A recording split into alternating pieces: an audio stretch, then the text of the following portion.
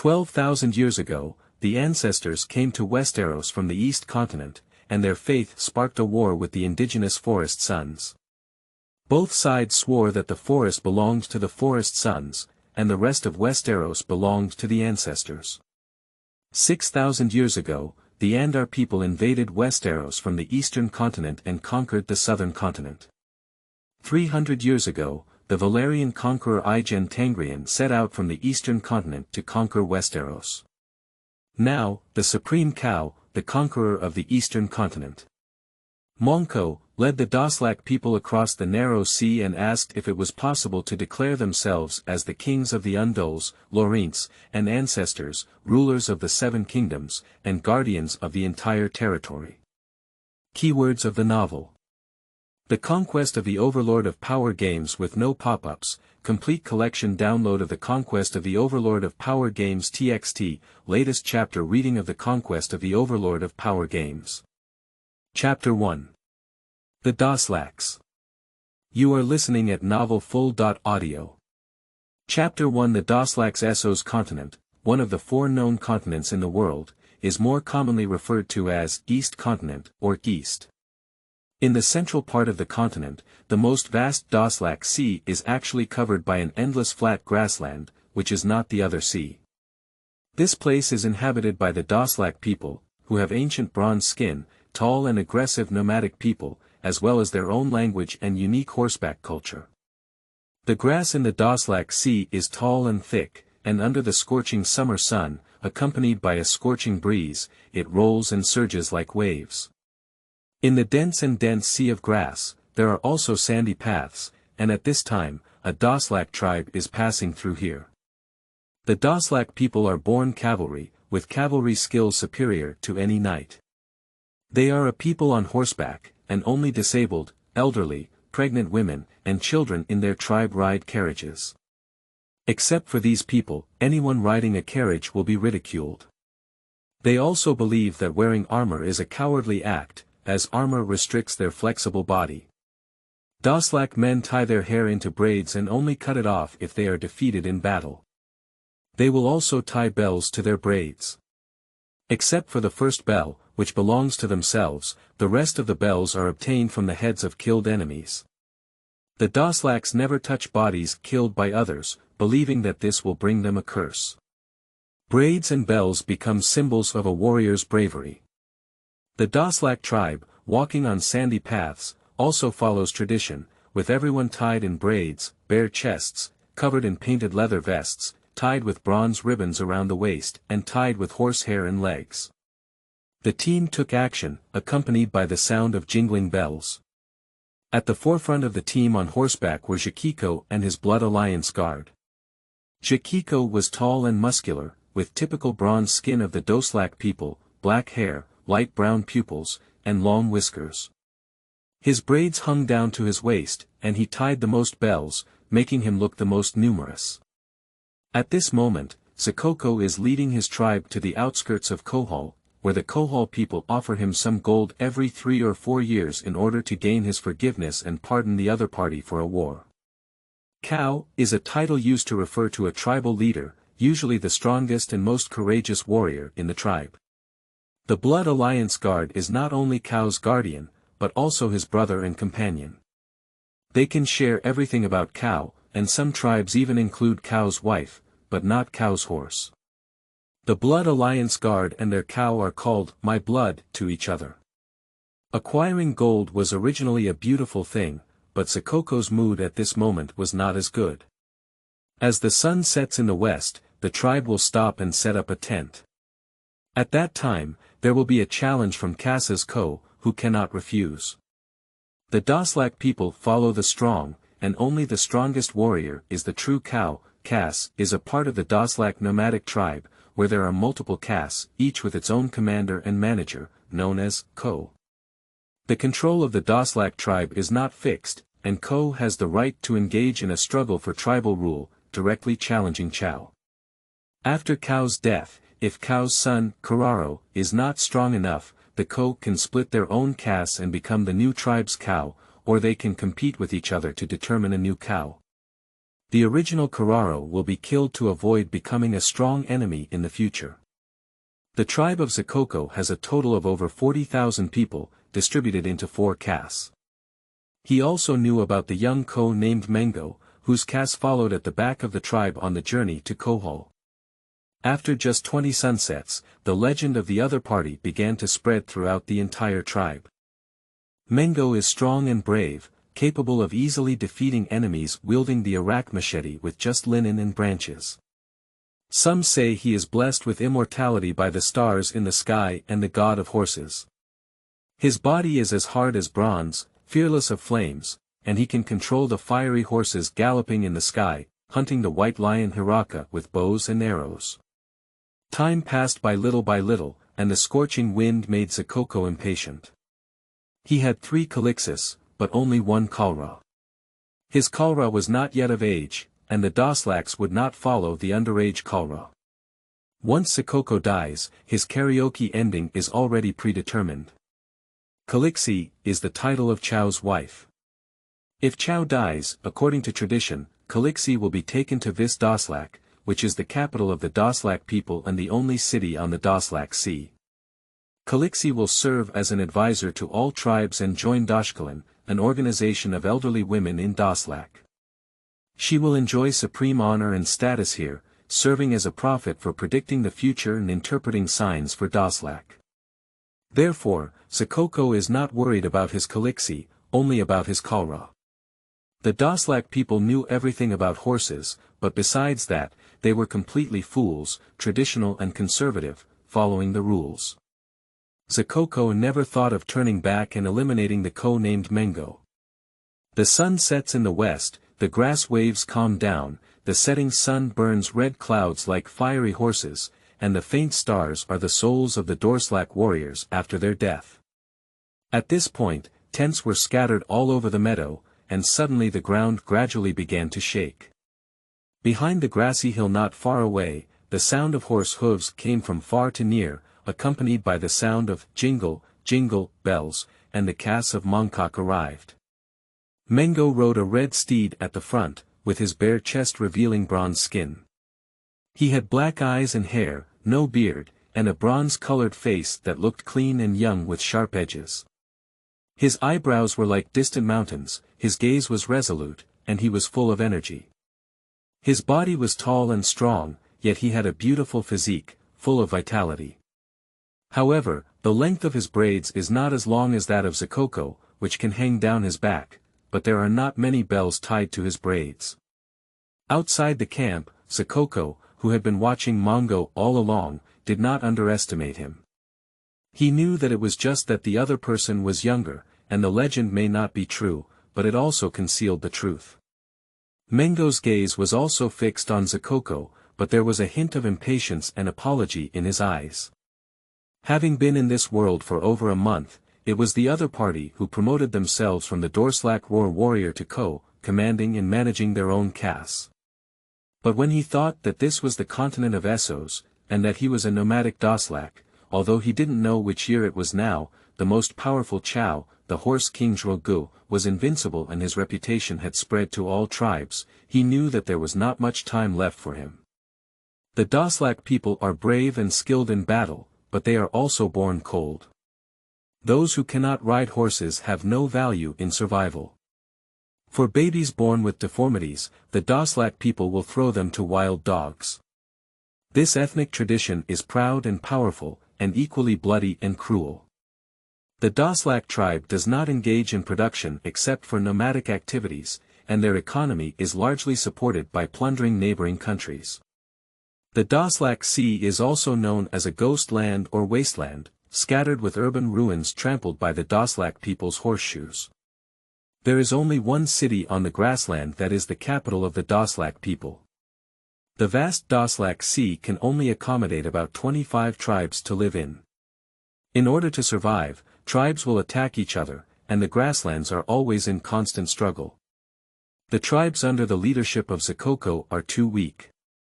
They claim to go to Kohol to obtain the gold tribute from the Kohol people, but in reality, they are the Doslak people sent begging by the Kohol people.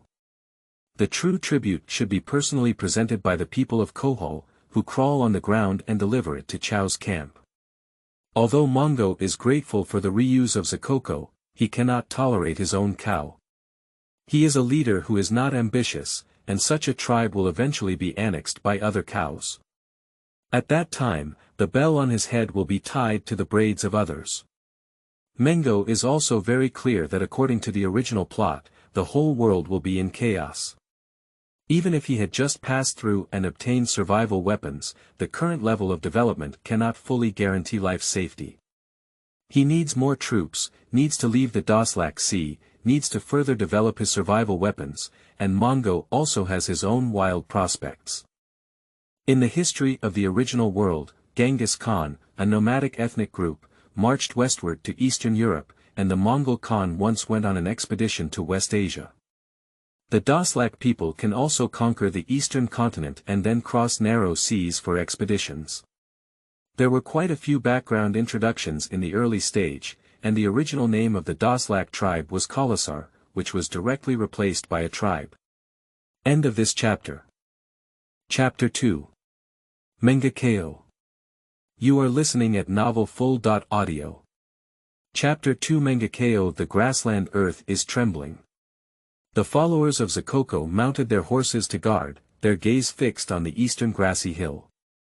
Mongkao rode his fiery red steed first over the grassy hill, his hooves churning and his long mane flying, followed by the roaring sound of war horses roaring and galloping. A band of Doslak cavalry surged out of the grassy hill, unstoppable like a black wave. This caste looks no different from other Doslak people, wild and rebellious, emitting sharp roars one after another in his mouth, as if driving away beasts and intimidating enemies, and examining his opponent's gaze as if he was looking at prey. Occasionally, the gaze towards Mongkao was filled with enthusiasm. They galloped to a distance of 100 steps from the camp, restrained their horses, stopped moving forward, and showcased their superb horsemanship to the fullest. In front of the camp, Zakoko remained calm and rode on the warhorses brought by the Blood Alliance Guard. Before Mongkoa's caste could step into this meadow, he was already discovered by the tribe's patrol scouts. The Doslak people are rough and barbaric, but their military capabilities are not inferior to this world. When the tribe moves, there will be scouts patrolling in front, responsible for searching for prey in enemy tracks. At the same time, there will be roaring warriors guarding both wings, and there will also be a caste responsible for guarding the tribe's rear. At the same time, the Doslak people do not engage in looting during battles. After the battle, a giant axe-wielding Jackaran will cut the heads of the dead and dying, and after them, a group of little girls will collect arrows from the corpses for later use. The vast and boundless sky is filled with the fiery red glow of the setting sun, and the stars will turn into fiery horses to welcome the brave warriors returning to the sky. Mengocao leaned against the east, facing the afterglow, and rode against Zakoko and his Blood Alliance guards. The light of sun and star crossed the grassland, stretching out the long figures of several people. The Blood Alliance guard originally wanted to mount forward and kill the challenger first, but was stopped by Zakoko's hand. He pulled out the Eric machete hanging from his horse's back, and a sharp light burst out from his fierce pupils. With the thunderous anger in his chest, he spoke in a firm rock-like voice. Mongkao, I will have them burn your body and give you the honor you deserve. Cow. Mongkao put away his limited guilt and focused, a cow who develops fear is no longer the true cow. Now I will discard your body in the red wasteland, and rainwater will fall on your decaying skin until the bones remain. As the words fell, Zakoko tightly gripped the horse's belly with his legs, accumulating strength, and raised the Eric's curved sword, charging forward without hesitation. All the fear of the horse King Drogo turned into anger and unwillingness, and the blood in his chest began to boil again. Facing the sunset, Mengocao squinted his eyes and carefully observed Shikiko's posture. In fact, with his strength, he could completely defeat the opponent with a crushing posture, but he had a reason to have to do so. 60 steps away, in the next moment, he suddenly urged the fiery red steed, like an arrow departing from the string, rushing forward with flames. 2 riders passed by, and Zakoko's machete cut through a sharp arc, striking Mongko's slightly tilted body. The tactile sensation transmitted by the curved blade seemed to cut through a hard rock. This is, according to legend. Before Zakoko could figure it out, a tremendous force lifted him off the warhorse, and the weapon that shone into his pupils was like a branch of a tree.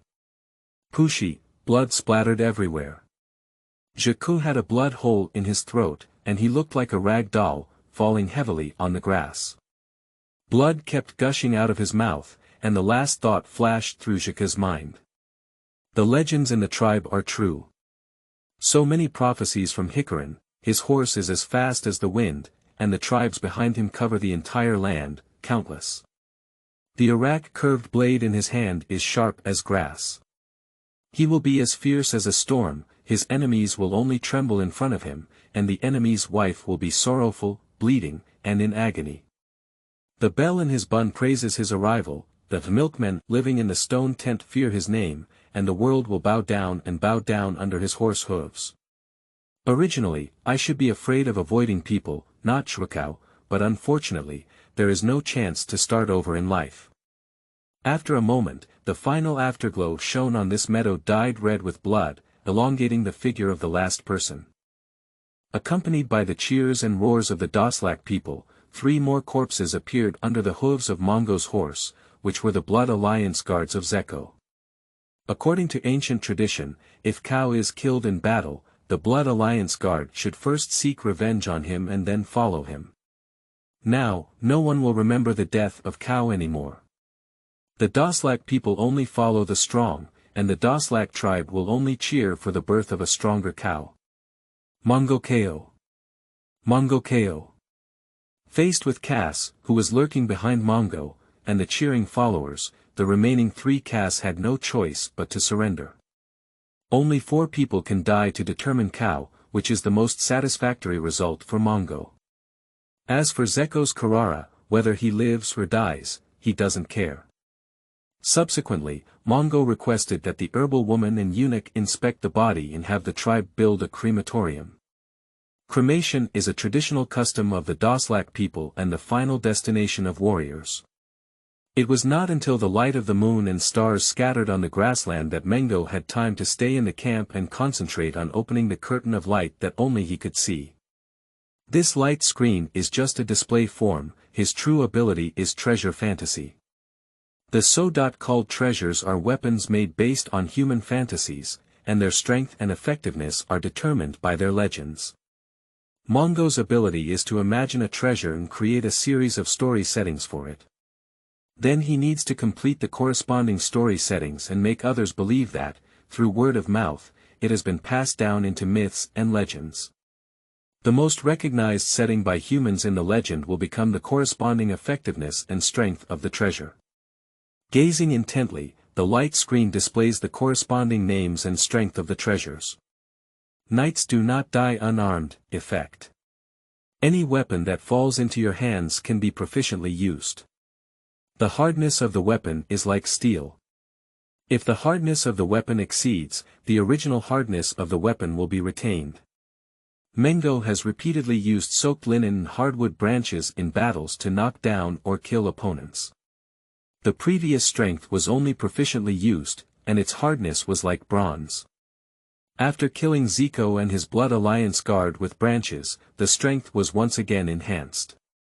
In the future, as the tribe expands, there is no need to deliberately perform. Riding on the reins of a hero, effect. The combination of humans and horses can enslave magical and mythological species. This world has magical species like dragons, and there may also be mythological species like sea monsters and griffins. When Mengocao first crossed over, he could only rely on the instincts of the Doslak people and his strong body to clamp the horse's belly tightly, so as not to fall off the horse and expose its contents. Until he painted a galloping horse with oil, wrapped his whole body in several layers of soaked linen in the dark, rode on the galloping horse, lit flames, and galloped on the grassland. The Doslak people believe in the sky stars and the god of horses, believing that the stars are a group of fiery horses galloping in the night sky. Now, Mongkao is a person blessed by the god of horses and the sky stars, able to control the legendary fiery horses. 12 Trials Effect 1.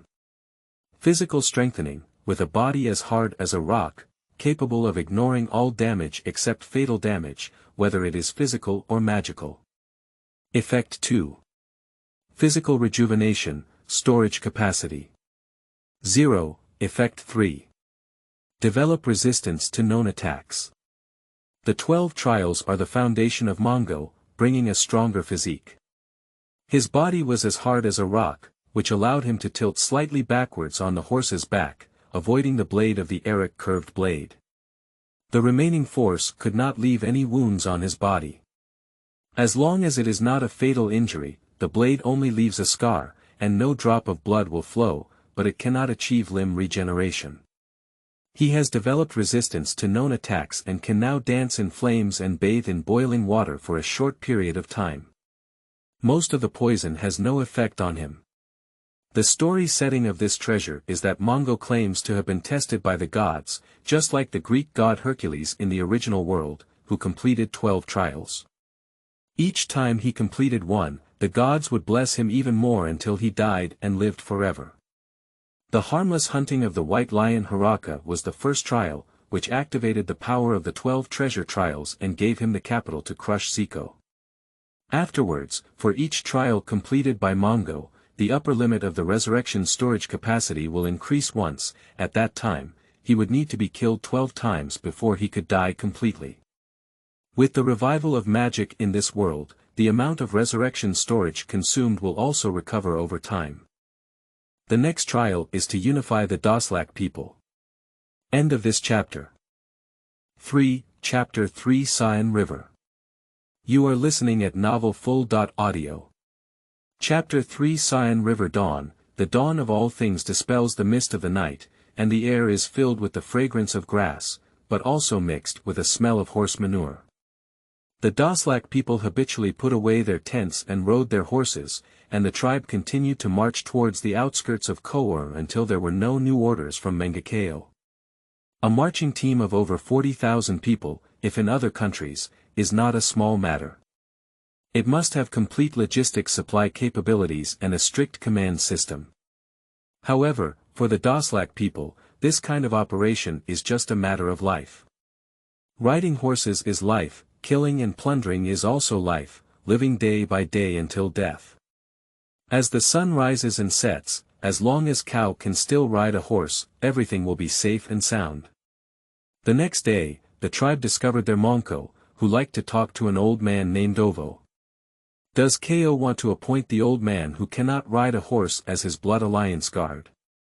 Another day as the sun set in the west, a team of scouts from the tribe did not return. Mongkao claimed that the missing scout was sent further away to explore the water source. Until the seventh sun sets in the west, the tribe reaches the Sion River in the western part of the Doslaks Sea and stops moving forward. The missing scouts also safely return to the tribe. The next morning, at the Doslak camp, Mongkao rode his fiery red warhorse and, guided by the old man Oliver, arrived at the ruins of the city by the Sion River. This is Westeros. The gentle breeze brushed past, and Oliver reached out to caress the stone walls of the city ruins. A slightly intoxicated smile gradually bloomed on his weathered face. As is well known, the Doslaks did not care about architecture, and Mongkao stopped his horse and laughed. Westeros, this is a Doslak name.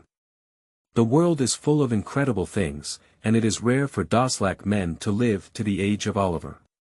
His prominent cheekbones were pressed against a weathered skin, and under his wrinkled forehead, there was a pair of turbid but warm eyes.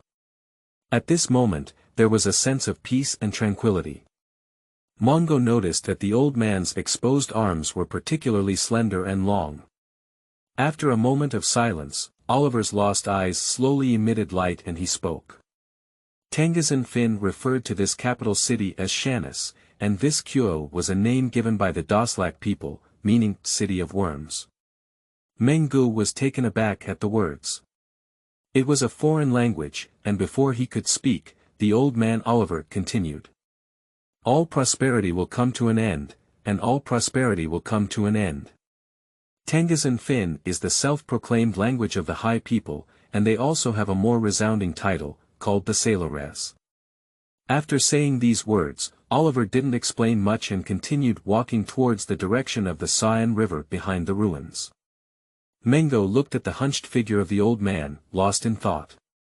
At first, he only wanted to find someone familiar with the Doslak Sea, and did not pay much attention to the origin of the old man Oliver. He only knew that the other party's geography was very impressive. After today's encounter, Mongo realized that this old man was quite secretive.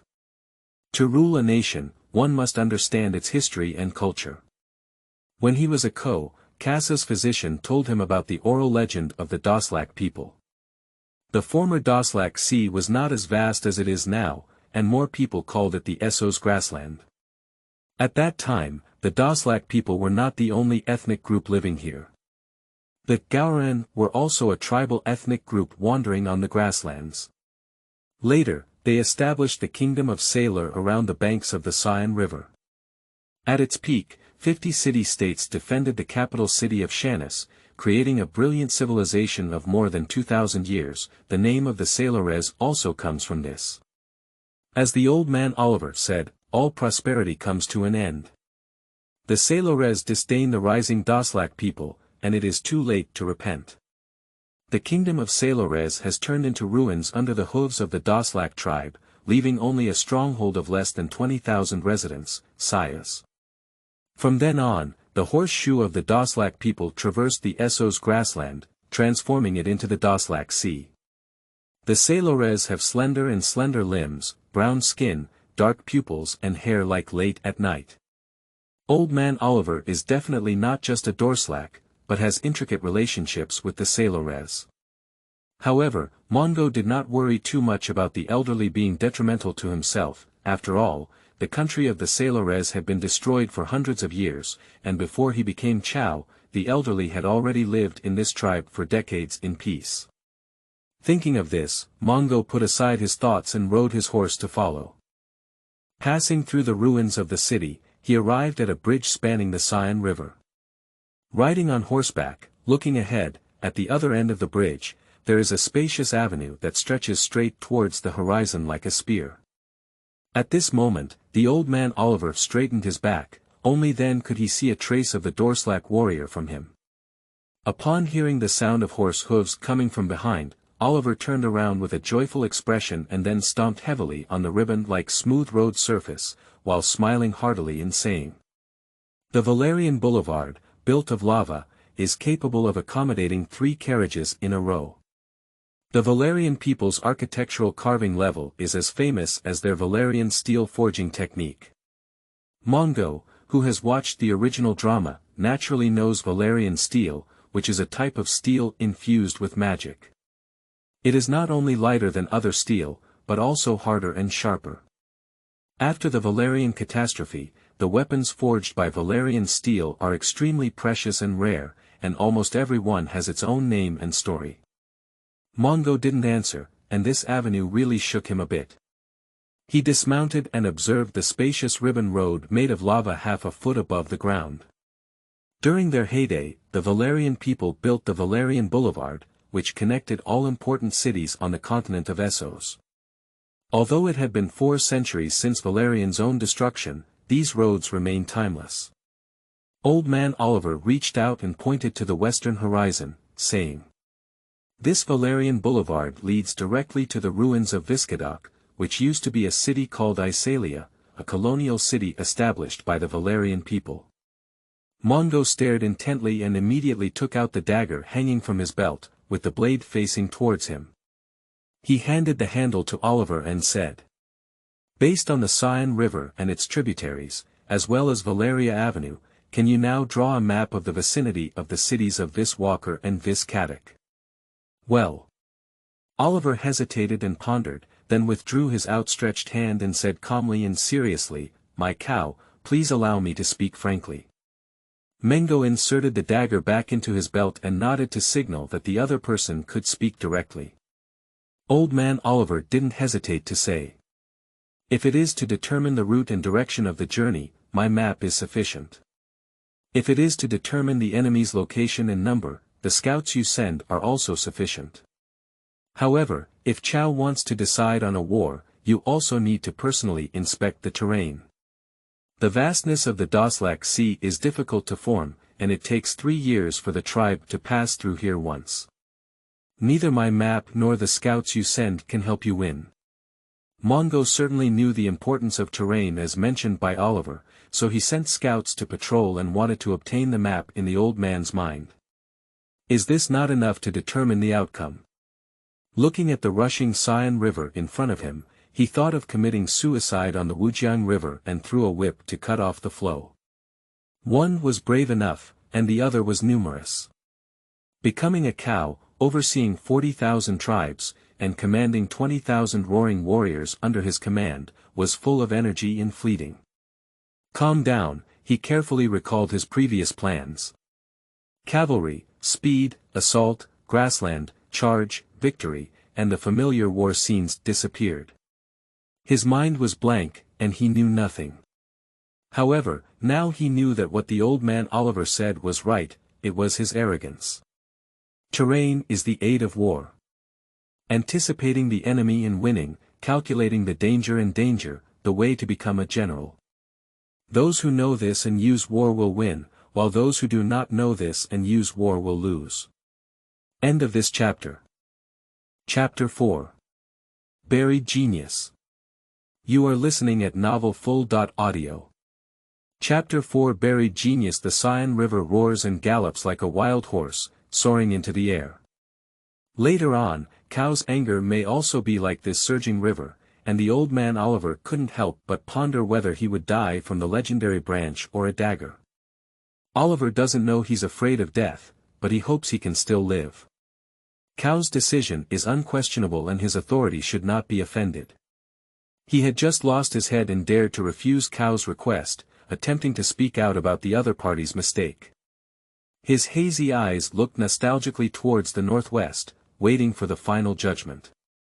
At the next moment, Mongkao's calm and majestic voice rang out again. Oliver, do you know the words on this stone? This is the most beautiful voice that the old man has ever heard in his life, so he quickly stepped forward to examine it. Looking at the eager Oliver, Mongkao knew that his feigned silence had an effect. Valerian, the stone is a signpost. The upper part points to the city of Isalia, also known as the ruins of Viscatic, and the lower part points to. Oliver's mouth moved and he couldn't continue. Mongkao, standing behind him, took a step forward and said. I didn't expect that you still know Valerian. Where does the signpost below point to? Faced with Mongkao's seemingly vague questioning, Oliver was eager to calm down. He knew it was not his illusion, and there were too many clues emerging today. After these 7 days of interaction, he learned that this legendary cow was strong and brave, as well as possessing the delicacy and wisdom that other cows lacked. Old man Oliver took a deep breath and pretended to be calm, saying. Cow, this Valeria Boulevard also leads to Sais, located in the northwest. The Salores are struggling here, but the city has declined and now there is only hunger, poverty, and disease. Is that right? Mongkao's mouth curved slightly. So, the wise Oliver, the Salores are shrinking here, struggling to survive, and their glory is long gone. After destroying them, I am willing to give them the final honor. Oliver's breath suddenly froze and he stopped speaking. Mengocao stared closely into the old man's eyes and continued expressionlessly, saying. You have the common bloodline of Doslak and Salores, with bronze skin belonging to the Doslak people, and slender and elongated limbs being a characteristic of the Salores. However, you do not agree with Doslak's culture, but admire the Salores civilization. You refer to your tribal brothers as their Doslak people, call yourself Tangas and Finn, and acknowledge the resounding title of the Salores in your heart. Upon hearing this, the old man Oliver seemed to have been thrust deep into his heart, unable to suppress his impulse. The wrinkles on his forehead were tightly furrowed, his beard trembled, and he excitedly said. The most elite warriors of the Salores will ride in chariots and chariots to fight. The chariot drivers will be the warriors' wives or daughters, and women will go to the battlefield with men. This is the tradition and honor of the Sailores. When mentioning the Sailores, his gaze was filled with admiration and longing. Immediately, Oliver's eyes revealed anger again, his voice hoarse, and he growled softly. However, Doslak believed that the most important moment in human life must occur under the sky, so there was no privacy in the tribe. Under the gaze of the entire tribe, they mated like animals and even shared their wives with the people, without any sin or shame. Mengocao looked at the twisted and weathered face of the old man Oliver. He knew that Doslak's views on sin and shame were completely different from those of other ethnic countries, and he could not accept some customs either. After venting his anger, Oliver trembled and lowered his head.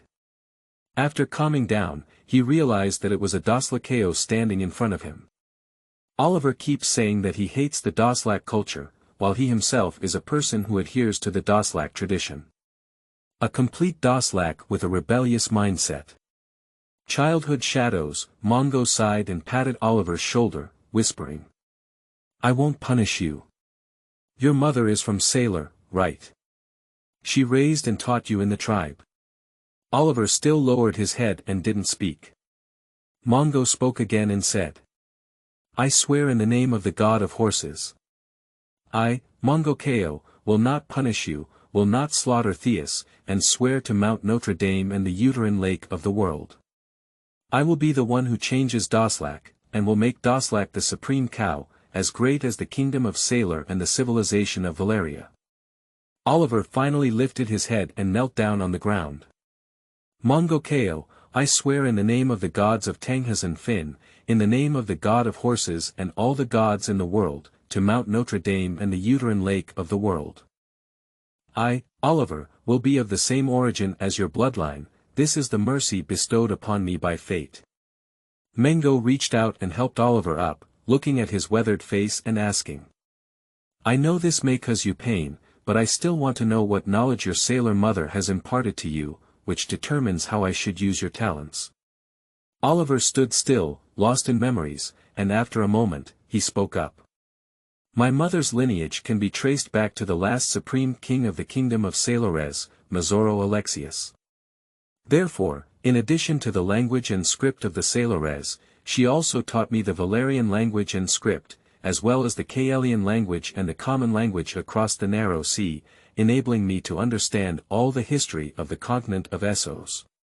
Upon hearing these words, Mongkao didn't react for a moment and his face looked a bit dull. He had originally thought that this old man was at most a wise man among the Doslaks, but now he only felt that he had found a treasure. He was a high-level talent proficient in geography, history, and 4 foreign languages, and looked at the world as the top. Oliver spent his entire life in the Doslak tribe, afraid of not having the opportunity to use any other skills besides horseback riding and killing.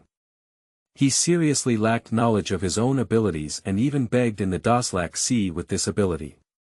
Seeing that Mongkao seemed unmoved, Oliver quickly continued to add. I know the Valerian language, which includes both higher and lower Valerian languages. At this moment, Mongkao's heart was like a raging Sion river, surging and churning, with high and low Valerian languages, which was equivalent to standard Mandarin. Communication across the country was not a problem, and he could also speak 9 local dialects, which still had his own dialect system. At this moment, Oliver had completely fallen into a frenzy. Seeing that Mengocao had not yet recognized him, he was eager to show his abilities and blurted out. I have a solution, I can help you solve the 3 Casco in your tribe. Old man Oliver believed that Mongkao was so powerful that he did not immediately launch an attack on Viskawak. He was cautious and persistent in terrain strategy, worried about the 3 Casas pirates, and took advantage of the battle to break away from his tribe and stand on his own. In fact, Mongkao was most concerned about being able to obtain the enemy's tribe with the least amount of casualties. He did have this concern about the 3 Cascos. Although the Kos expressed submission, their time together was still short and they could not fully believe it. A slight hesitation on the battlefield was of fatal consequence.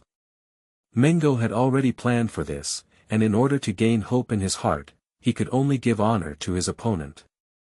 He immediately patted Oliver's shoulder, indicating that he recognized his talent. End of this chapter. Chapter 5. Blood Wedding.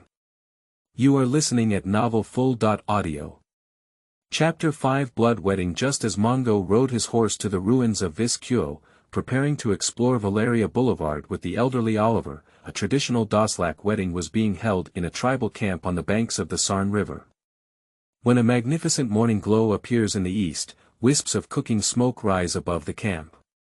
The Doslak women bathe quietly, comb their hair to be black and bright, rub the unique essence of fragrant flowers on the grassland, touch them on their wrists, behind their ears, on their lips, and on their private places, put on colorful gowns, and wear dark red, yellow or orange veils, waiting for the enjoyment of the tribal men. The sky is a dome, the grassland is a carpet, the wild wind brings the fragrance of grass and flowers, and bright and eye-catching colors declare the existence of life. On the long table of the banquet, without any decorations, the elderly women shuttled through the camp, offering authentic Doslak delicacies. Fresh horse heart, semi-condensed horse blood, roasted horse meat with garlic, dragon pepper, blood pies, horse milk wine, and the sweet and strong summer red wine produced on the opposite side of the narrow sea add a lot of color to this wedding. The Doslak people advocate for fullness and practicality, and pay more attention to the taste of the raw materials themselves. The men wear a whip, a long bow, and an alak machete, which are traditional gifts they prepare for the bride. After receiving 3 gifts, the bride will refuse according to traditional language, while the husband will accept them again, simple and authentic. As time passed by, accompanied by the sound of drums, the women walked out of the tent wearing veils and danced to the drums at the wedding banquet. Doslak's wedding begins at dawn, and the feast of the day will not end until dusk. As the deputy of Kao, the Kos of Kakos will naturally not be absent from the wedding. They will freely enjoy women under the gaze of the entire tribe under the sky. Whether or not to send out their arak machetes depends on the woman's body. The pirates gathered together and looked at the women dancing recklessly. The strongest Ko took a sip of mare's milk wine, stood up, and walked unsteadily towards the woman with a red veil on her face, only to be overtaken by a short Durasco man. According to the Doslak tradition, if 2 men fall in love with the same woman, they must engage in a life and death duel. So all day long, except for banquets, endless battles will not end until dusk, and a Doslak wedding that did not kill more than 3 people is a failure. As dusk approached, Mongkao, guided by the old man Oliver, arrived at a grassland at the confluence of the lower reaches of the Sarn River and its tributaries, and found the tribal scout who was settling here. Along the way, there were stops and stops. Fortunately, there were no accidents, and Mongkao also witnessed the exquisite riding skills of the old Doslak people. However, he had no doubt that Oliver did not ride horses in the tribe. After all, he was old and weak. Cow, if you go further, you'll find the ruins of Vistcuo. Mongkao didn't pay attention to this reminder, but looked at the forest in the distance, his face embarrassed. Why is there a forest in the distance when the ruins of Vistcuo are not on the western grasslands of the Doslak Sea? Old man Oliver stood on the back of a horse, looked away, and spoke with a troubled expression. I'm really sorry, Cow. I also passed through this place for the last time 4 years ago. But at this moment, Oliver seemed to have thought of the reason and exclaimed in surprise. To the west of the ruins of Vistcuo is the Kohol forest, where trees have invaded our grasslands. Then Oliver shook his head in disbelief. No, if it were wild beasts bringing seeds here, naturally growing trees would not grow so fast. Further west from the Kohol forest is the Kohol city-state, which must have been done by the Kohol people. They brought tree species to our grasslands to produce high-quality wood and wood carvings. The Kohol people may not care in the eyes of the Doslaks when they see gold coins here, but in Mongkao's eyes, they see the spark of a war. Moreover, the Kohol people have now influenced his plans. Mengocao felt ashamed and angry in his heart, and the scout could not completely replace his eyes. He only found out that the number of enemy soldiers was comparable to his own, but did not tell him about the local terrain and topography. Now, the ruins of Viskadak have been surrounded by forests, and the Doslak cavalry cannot charge here at all. Mongkao was staring at the Jomoko tribe camping in the forest. When he first became a bandit, he was curious about the eunuchs of Kasri. Doslak did not raise idle people, and the eunuchs played the role of physicians in the tribe. They used sharp knives, needles, and fire to treat wounds. In addition, there were herbal women who used potions and spells to heal wounds. The Doslak people needed the medical skills of eunuchs, but they despised and ridiculed them. When Mongkao learned that the other person was a doctor, he immediately put aside his curiosity and sincerely apologized to him. The eunuch, who gained respect from him, accidentally informed him that in the capital city of the Doslaks, Doslak, the Blood Alliance guards of Jomoko had once revealed that they were preparing to depart from Doslak to Pantos. Mengocao kept this news in his heart. Later, while discussing geography with the old man Oliver, he was told to leave the capital and head west to find the Sion River. Follow the river to the city of Kohol, then depart from Kohol and take Valeria Boulevard to Pantos, which is the closest, most convenient route for supplies. Two messages corresponded to each other. Mongkao discovered that the route was the same and immediately sent scouts to search and track until his tribe reached the ruins of Viskyo on the banks of the Sarn River. The scout received a message that the tribe of Jomoko had been discovered north of the Sarn River. Last night, the old man Oliver informed him that south of the ruins of Viskadak was a hill and also the origin of the western tributary of the Sion River. It was impossible for Jomoko to cross the hill to reach the city of Kohol. According to the speed of the tribe's movement, the next day at dusk, they would definitely stop at the ruins of Viskadak. At that time, everyone believed that the ruins of Viskadak were still a grassland, and Mongkao planned to personally lead cavalry to launch an attack before dawn tomorrow. Suddenly breaking into the unknown forest in front of him, completely disrupting his plan. A war that goes against the Doslak way of fighting will undoubtedly increase casualties, and attacking the ruins of Viskadak is meaningless, so we have to plan separately.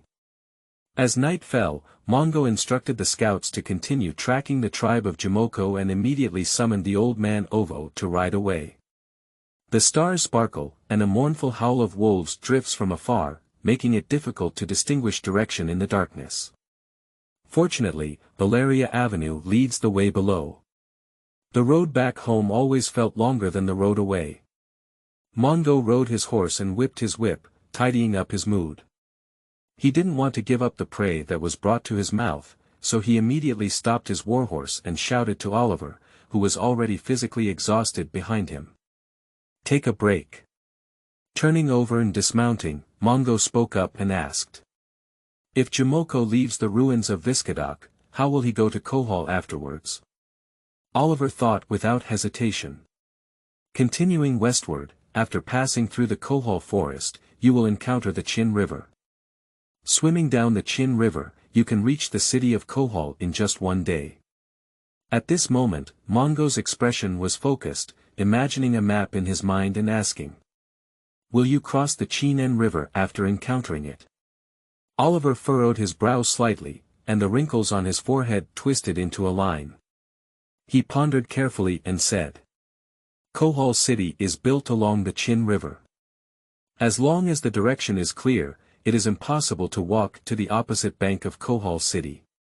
Even if you make a mistake, you will not cross the river. The Chin River is wide and deep, and the water is surging and overflowing, which is why it is called the Black Daughter of the Lorn Mother River. She is spoiled and capricious, but also accepted by her mother." Mengocao crossed the Chinen River in his mind and sighed helplessly, wondering if that's all for now. Suddenly, Oliver's gaze lit up and he said. "Cow, the Undercurrent River, we can launch a surprise attack on it." End of this chapter. Chapter 6. Kohol People. You are listening at novelfull.audio. Chapter 6. Kohol People. The rising wind dispersed the hazy mist, casting a faint light like water and moonlight. The fragrance of flowers and plants floated gently in the breeze between my breath. Old Man Oliver's eyes flickered with an increasingly fiery light, and his weathered and wrinkled face bloomed, excitedly saying, "Yes, the Undercurrent River is here. It originates from the Novos Hills to the northwest of the city of Kohol and flows into the Chin River.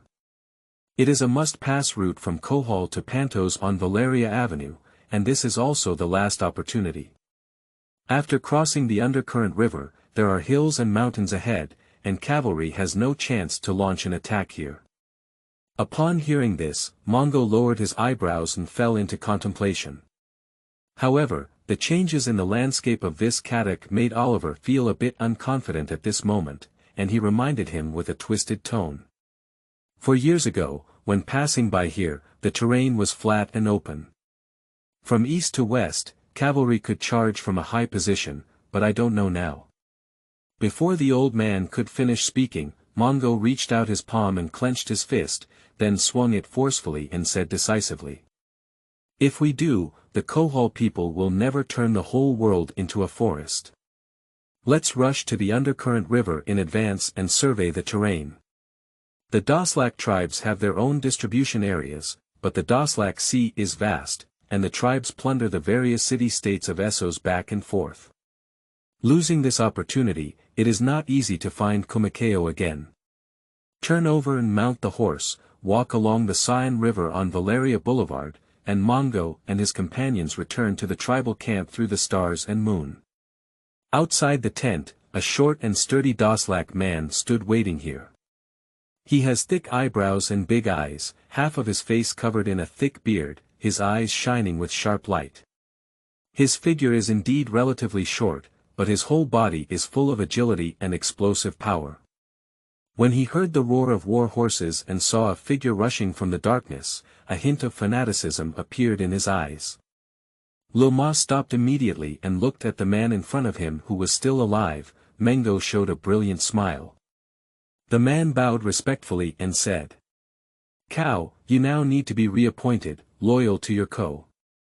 Turning over and dismounting, Mongo took a step forward and bent slightly to pat the man's shoulder. After all, he is now a full 8 feet tall. Without the reins of a riding horse, there would be no war horse that could carry him for a running battle.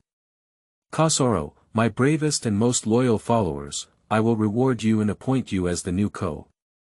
Immediately Mongo leaned over and pointed to the old man beside him, saying, "He is Oliver, familiar with all the geography and history of the continent of Essos, and is my wise man." Regarding Chao's appointment, Kasolo did not show any emotions. He admitted that he did not have leadership talent and preferred to serve as Chao's Blood Alliance guard. Obeying all Chao's orders was his loyalty. Kasolo has strong strength, but cannot express emotions.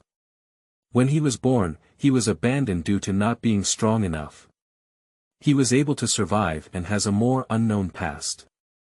When facing Oliver's enthusiasm, he showed his teeth in response. After all, Cao once said that showing his teeth is the standard smile.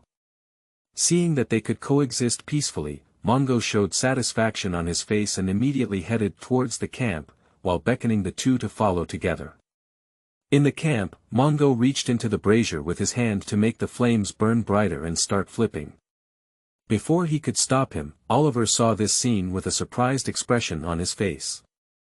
Cao's hand seemed to churn in his heart, and his thoughts surged. At the same time, he suspected that it might be a kind of magic.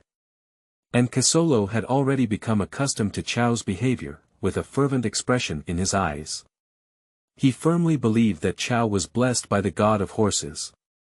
Mengo had already considered this battle carefully, calmly wiping off the dust on his hands and saying seriously, "Oliver, I appoint you as the affairs officer of Chao. When the sun appears in the eastern sky, you need to count the supplies for 6,000 roaring warriors, 1 person with 2 horses, and 7 days for people to eat and chew on horses. At dawn, these 6,000 roaring warriors will leave the tribe and follow us up the Sion River, avoiding the inspection range of the Mengocao tribe cavalry. Then turn west, pass through the Kohol forest, and detour to the area of the Undercurrent River.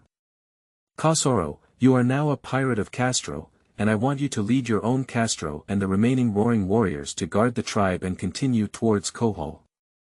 The city is advancing, but you are not allowed to approach Kohol city until you receive my command.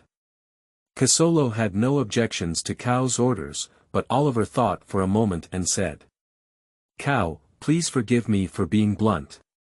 That's really great, please speak up. Mongo reached out and pressed down on Kasoro, who was about to draw his sword, with a hint of a smile on his face.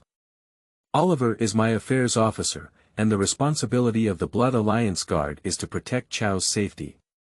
Ko's responsibility is to command and manage his own caste, while the affairs officer is responsible for providing insightful insights and assisting Chao in managing the tribe.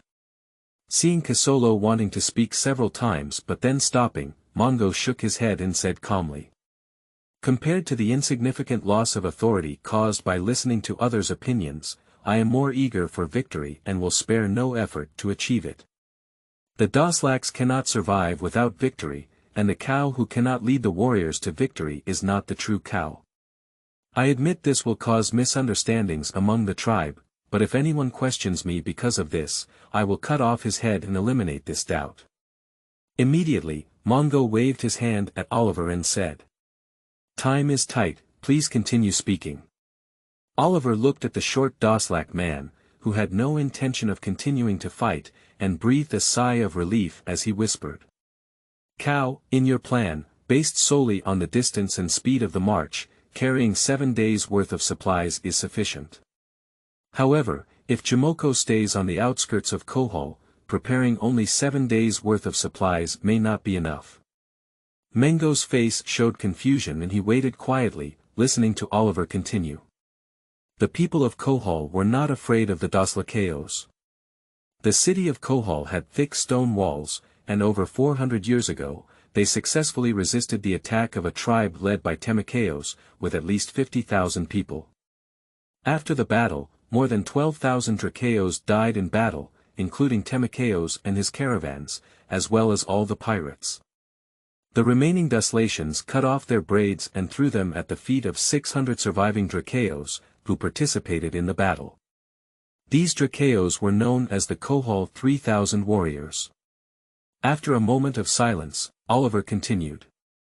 Afterwards, the defense team of Kohol City was entirely composed of the unclean, with each person holding up a spear adorned with the braids of the Doslak people. Now, the number of defenders will only be more than 3,000, and the Kohol people have their own fleet, while the tribe of Jomoko only has more than 40,000 people. Therefore, the Kohol people will not fear the threat of Jomoko's attack. Only when the Kohol people are impatient, will they offer some gold to send him away. This time is not too long, but also not too short.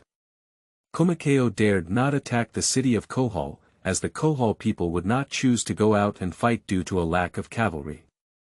Finally, based on past experience, Oliver believed that the game between the Kohol people and Jomoko would not last for more than 3 days, which would affect the trade in the city of Kohol.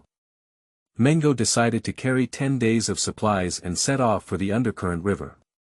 The war was already full of variables, and they could only make sufficient preparations. The bright moon was in the sky, and there was still a considerable amount of time before dawn. When Oliver and Kasolo left, Mongo did not rest directly, feeling lost in thought. The name of the Unclean One, of course, he knows, is a light infantry unit that uses spears, shields, and short swords for combat, similar to the ancient Greek spear phalanx infantry. The title, Unclean, represents that they are castrated slave warriors, characterized by absolute obedience to their masters and fearlessness in the face of war. The characteristics stem from their cruel selection and training methods. Slave owners select young male slaves based on their body size, speed, and strength. Training starts at the age of 5, and every day from dawn to dusk, they are strictly trained on how to fight. They regularly take the wine of courage, without any physical pain, while training erases all of their personalities, emotions, and selves. During this period, if any training fails, the slave will be killed, and only 1/3 of the slaves can persist until the end, becoming the Unsullied. Previously, Mongkao had no knowledge of the military information of the Kohol people, and he was puzzled by the Doslak tribe's regular personal visits to Kohol to collect tribute. This behavior could be called a long and narrow flow, but the ruins of the Doslak Sea told him that the Doslak people could not have such wisdom. Now, he understands that behind this behavior lies the strength of the Kohol people themselves, and the Chows can only obtain tribute in a harassing way. After all, the unclean are only light infantry and cannot catch up with the Doslak cavalry. But 400 years ago, when Mengocao used his light cavalry to charge the unscrupulous spear formation, what was going on in his mind? Similarly, Mongkao also felt strange about the thinking patterns of the Kohol people. As long as he trained and formed a light cavalry unit, he was responsible for entangling the Doslak people during war and surrounding them with the unscrupulous. If the Kohol people could concentrate their forces and annihilate a Doslak tribe, there would be no more Chow who dared to harass them. Perhaps this is what is said in the play. The city-states of the continent of Essos do not rely on their steel for war, but only use gold coins. After all, it is a free trade city-state, and for business people, problems that can be solved with money are not a problem, but these people will have to pay a price for it sooner or later. In the stereotypical impression, no one knows about the military strength of the Kohol people, but their forging and woodworking skills are known to everyone, and Mongkao is very envious of them. End of this chapter. Chapter 7. Expeditionary Army Undercurrent River. You are listening at novelfull.audio. Chapter 7. Expeditionary Army Undercurrent River. In the sky, dawn is like a sharp sword, cleaving through the dark night and spitting out the blood-soaked morning light. Under the dome, more than 6,000 Slavic roaring warriors, 1 person and 2 horses, gathered outside the ruins of Westeros on the banks of the Sarn River, ready to depart. Mengocao rode a fiery red warhorse, galloping from the eastern sunrise, with thunderous roars accumulating in his chest.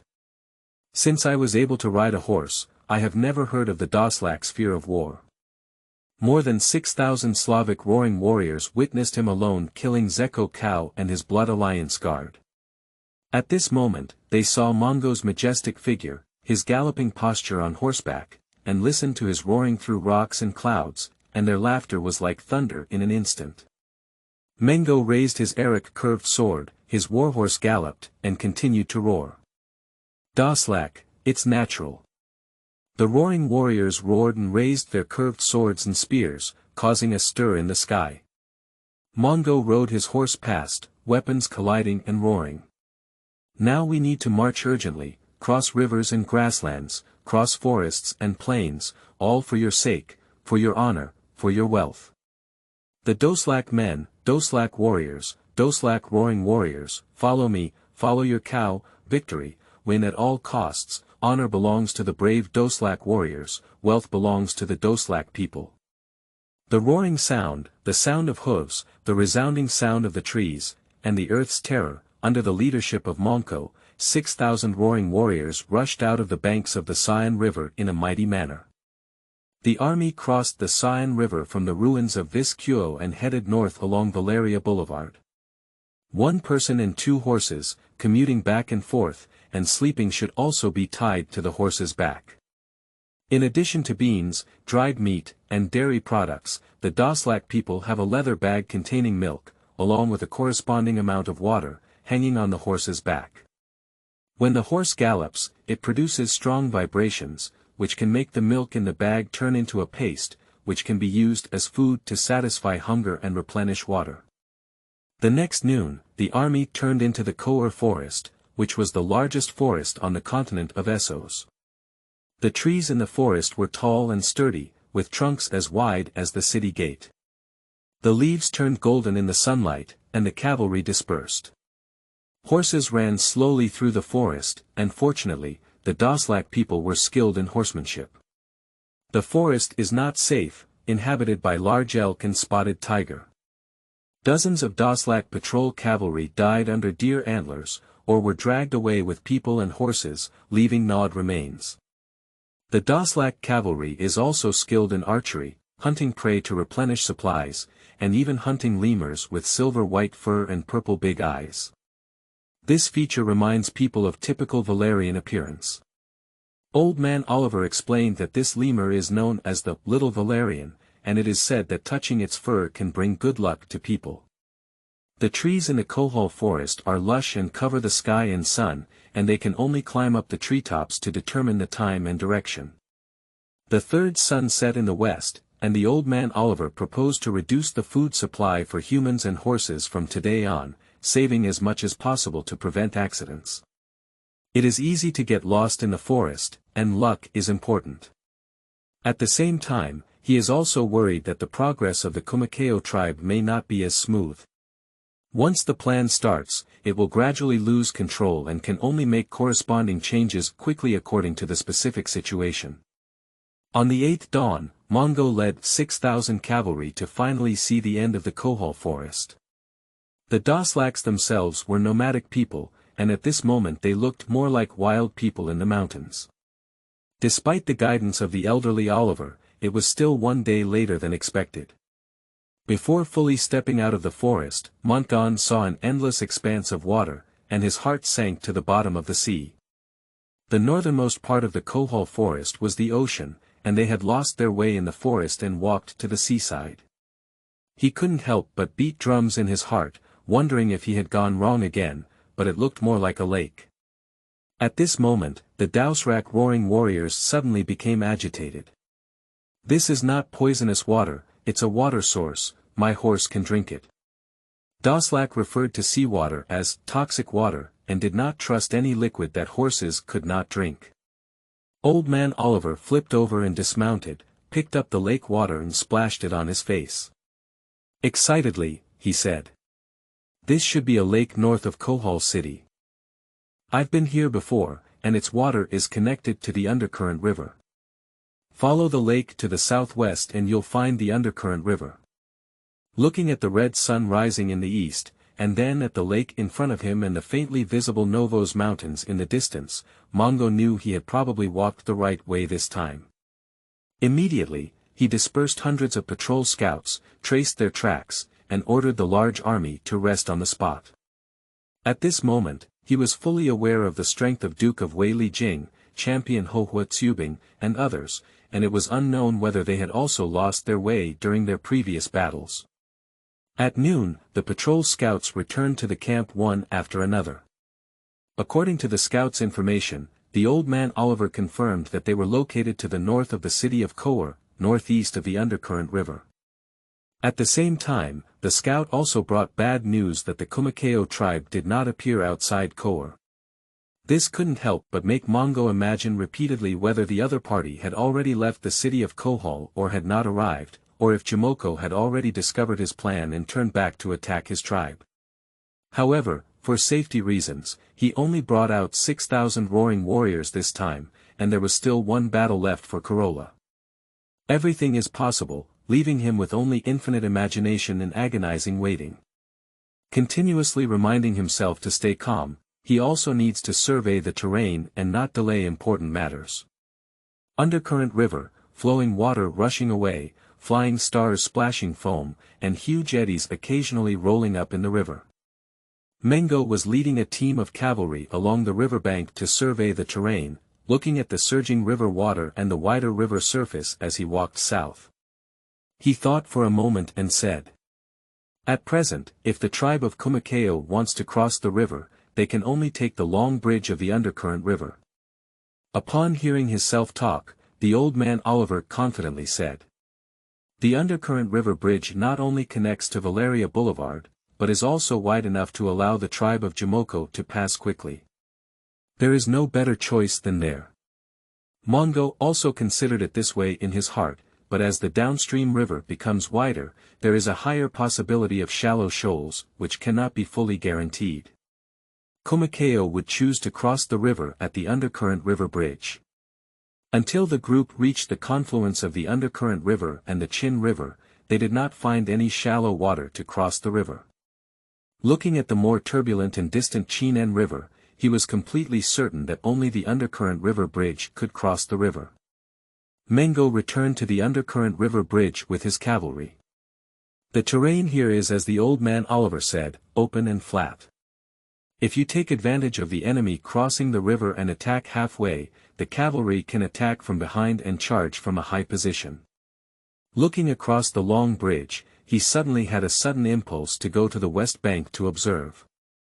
The Undercurrent River Bridge is an important route for the foreign trade of Kohol city, but it is not guarded by heavy troops. However, if you want to cross the bridge, you need to pay taxes. The Doslak people had no money, the tax officials were pushing and shoving, and no one dared to step forward to stop them, allowing cavalry to charge over the long bridge, but the bridge was indeed well built. The terrain on the west bank is not as open as that on the east bank, and there is not much difference in other terrain features. It is enough for 6,000 cavalry to charge, and the victory lies in the Norfolk Hills in the distance, which is conducive to concealment and has its own advantages, making it difficult to make a choice. Mongkao still felt a vague sense of unease in his heart, always feeling that some key points were not caught by him. So he called Oliver and a Doslak roaring warrior to his side and asked, "If you were Mengocao, how would you choose to cross the river?" "What do you mean?" Oliver asked thoughtfully, "How will Jomoko arrange the formation for crossing the river?" Mengo's heart suddenly brightened and he hurriedly said, "Yes, would he arrange for the Doslak roaring warriors to cross the river first or give priority to the ordinary tribes?" "Doslak roars warrior." The two answered in unison. Seeing Mongocao's gaze fixed on him, Doslak roared proudly and bluntly, "Doslak warriors first." Immediately, Oliver also gave his own answer. The previous arrangement of Zakoko has always been like this and has never changed. Warriors are the most important tribe, and without the protection of warriors, ordinary tribes cannot survive. At this point, Mongkao had already made a decision in his heart. End of this chapter. Chapter 8. Half Crossing and Striking. You are listening at novelfull.audio. Chapter 8 Half Crossing and Striking. On the west bank of the Undercurrent River, the Novos Hills, the Black Forest, the rising sun is pale and dim, and the air is filled with hot and humid air, mixed with the smell of soil, grass and trees, rushing towards us. To the southeast of the Black Forest is a small hill that stretches for miles, concealing and blocking the cool breeze. The 6,000 Doslak roaring warriors led by Mongkao have been hiding here for 3 whole days as the sun has set. The cavalry are all showing their faces, but the horses have not yet shed their fat. War horses are the life support of the Doslak people during battle. They would rather starve themselves than let the war horses shed their fat. Of course, if they persist, they will inevitably slaughter the horses to satisfy their hunger. At this moment, a pair of black shadows suddenly appeared on the small hill and rushed towards the hiding place at full speed. With the rapid sound of horse hooves, Mongkao rushed straight towards him. Looking from afar, the person rushing ahead was the old man Oliver. Stopping the warhorse, Oliver's face turned pale, and he climbed down weakly from the warhorse, stumbling and struggling to walk. 2 Doslak cavalry behind him quickly dismounted and helped him to Mongkao's face. Oliver struggled and struggled to remove a bronze dagger from his belt. He reached out and raised it, speaking weakly. "Cow," fortunately not to lose his life, and on the way back, there was a tribe of Mengocao who was approaching the long bridge of the Undercurrent River. It is expected to arrive by midday. At the moment Mongkao saw the dagger, he burst into laughter, flipped over and jumped onto the fiery red warhorse, galloping to the front of the army. Faced with the scorching gaze of the roaring warriors of Doslak, he shouted loudly. "Doslak warriors, the long-awaited war is coming.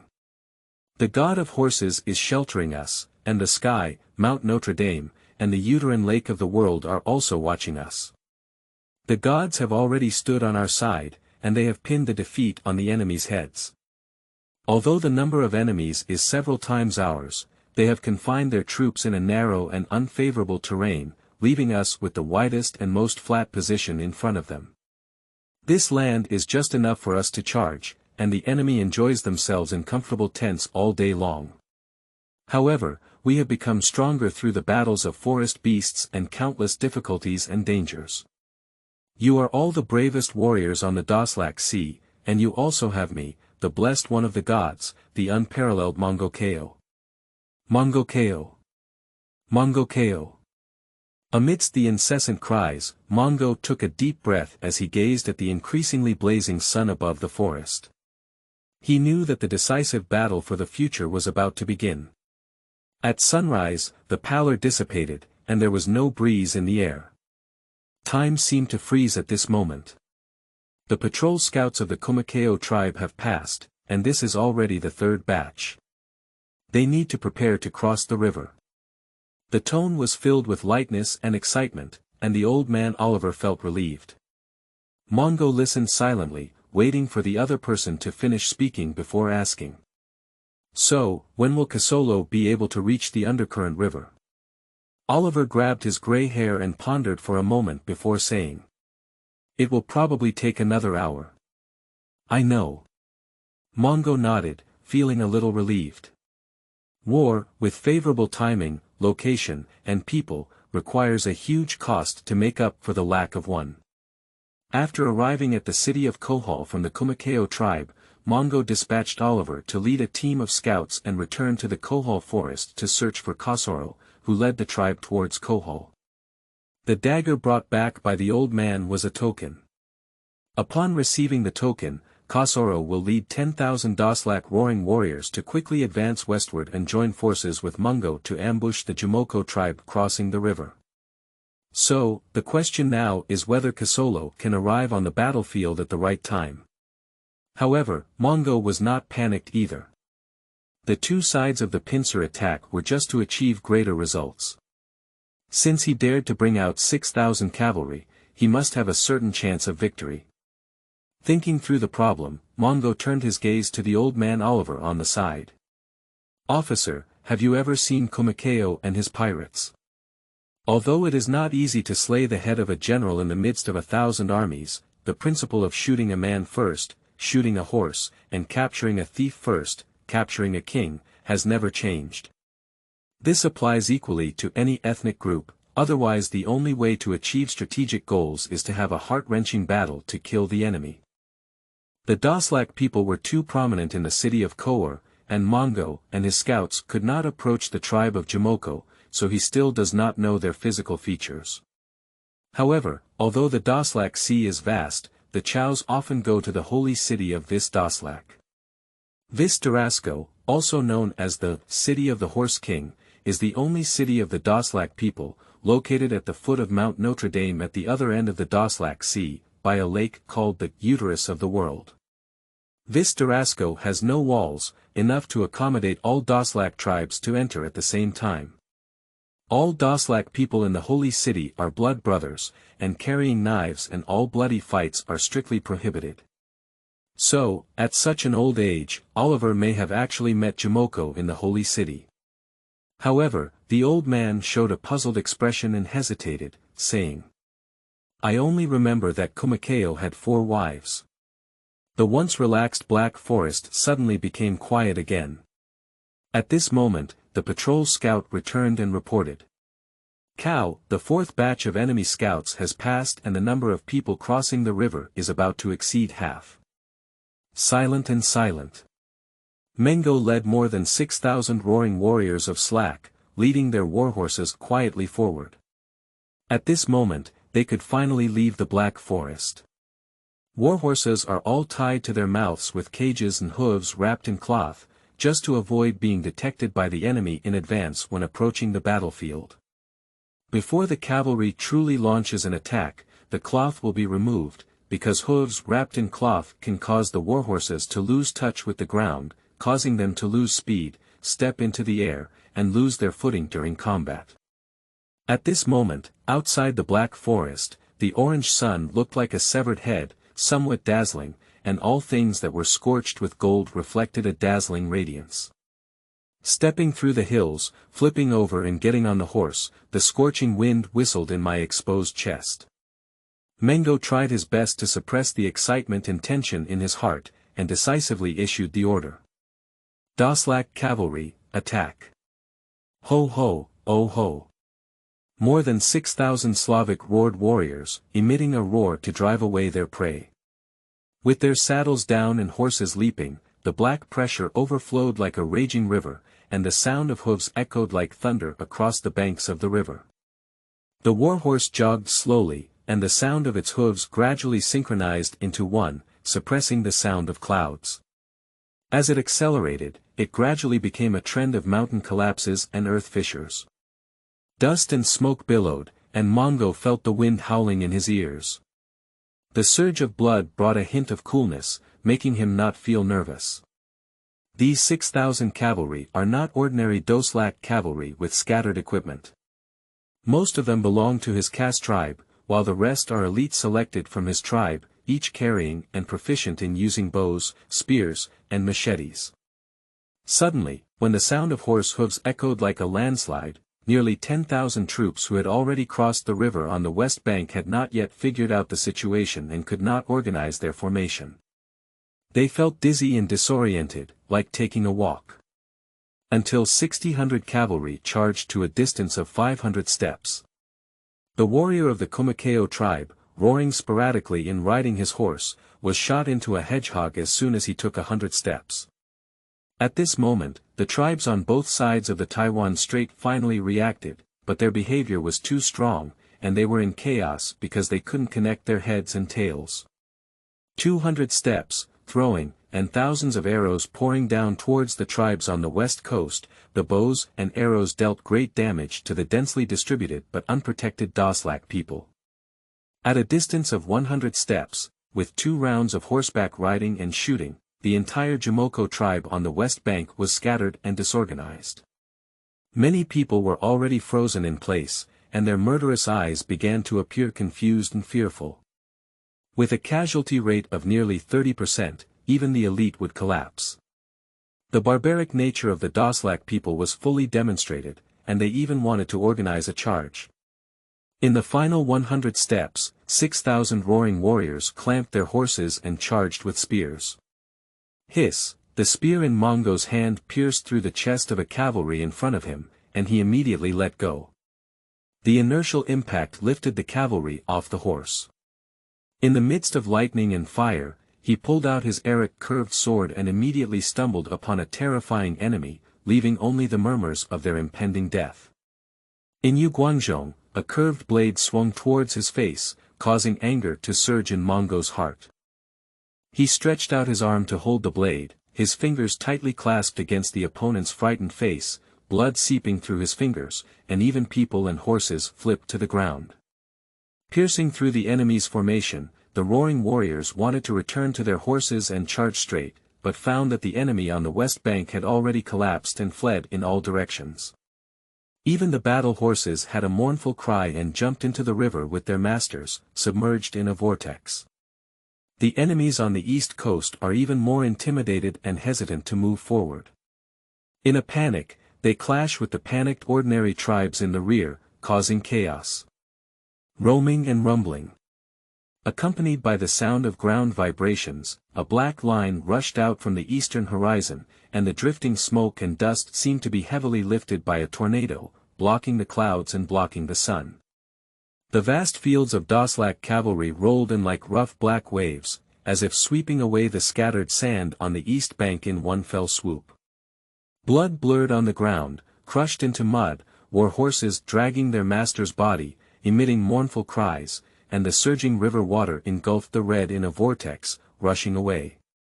The warriors of the Mengocao tribe cut off their braids and dismounted, prostrating themselves on the ground. End of this chapter. Chapter 9. The Cost of Life. You are listening at novelfull.audio. Chapter 9. The Cost of Life. The red slanting sun converges and thrives, and the river sparkles with sparkling blood, like the moment when life ignites and blooms. The land that has been nourished by fresh blood will surely grow magnificent flowers next year. Jacarang, wielding a giant axe, cut off the heads of the dead and dying. The little girls deftly drew arrows from the bodies and put them into their baskets with laughter. Competing for resources, reducing population, and ensuring that the winning side has more living space and supplies, war has been regarded as a biological instinct, ingrained in the genes of the Doslak people. The raging flames reflected the fiery sky, and Mongkao rode his warhorse to patrol the injured roaring warrior. Everyone looked at him with reverence and fanaticism. At this moment, Oliver rode over and bowed to him, saying, "Great Cow, you have lost more than 300 warriors in total, but have conquered over 35,000 new followers. According to the recognition of the new followers, Mengocao, his blood alliance guards, and all the bandits have all died in battle." The old Doslak had participated in many battles, but had never seen such exaggerated results. He now somewhat believed that the young cow in front of him was blessed by the gods, as Cow himself said, the gods tied the defeat to the enemy's braids.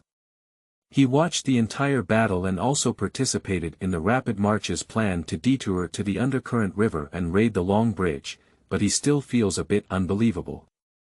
The rosy glow drifted past the corners of Mongkao's mouth, and an uncontrollable light and joy filled his heart as he spoke loudly. "In the name of Cow, handle the new tribe properly and submit to me. After submitting to me, they have the same bloodline and cannot be bullied. If anyone goes against my will, I will personally cut off their head. Wise Cow, obey your wishes." Oliver smiled as he obeyed, but did not immediately leave. Instead, he continued, "I also want to recommend a warrior to you." Looking at the empty space behind the old man, Mongkao hesitated and said, "What about people, are they among the injured?" At this moment, Oliver's gaze began to shrink, afraid to look directly at him, and he awkwardly said, "Just a runaway slave, but the person has already been captured, and now Kohol is going to personally execute him." Mengocao smiled indifferently, with a guess in his heart, but he didn't answer directly. Instead, he asked in reverse. "Officer, I believe you have your own reasons to recommend this person, but I also trust Kohol. So what is the excellence of this slave, and what are the reasons why he must die?" Upon hearing this, Oliver relaxed and explained softly. This person originally belonged to the slaves of the Mengocao tribe. Before the battle ended, he took advantage of the riots on the east coast and snatched horses to escape the battlefield. Along the way, he was discovered by our patrol scouts and was arrested after injuring 12 people. Seeing Cow's angry expression on his face, Oliver quickly explained. 12 people were only lightly injured, and the slave did not take any heavy action, otherwise he could have escaped completely. Now Mongkao has become interested in this slave, provided that this person is willing to serve him.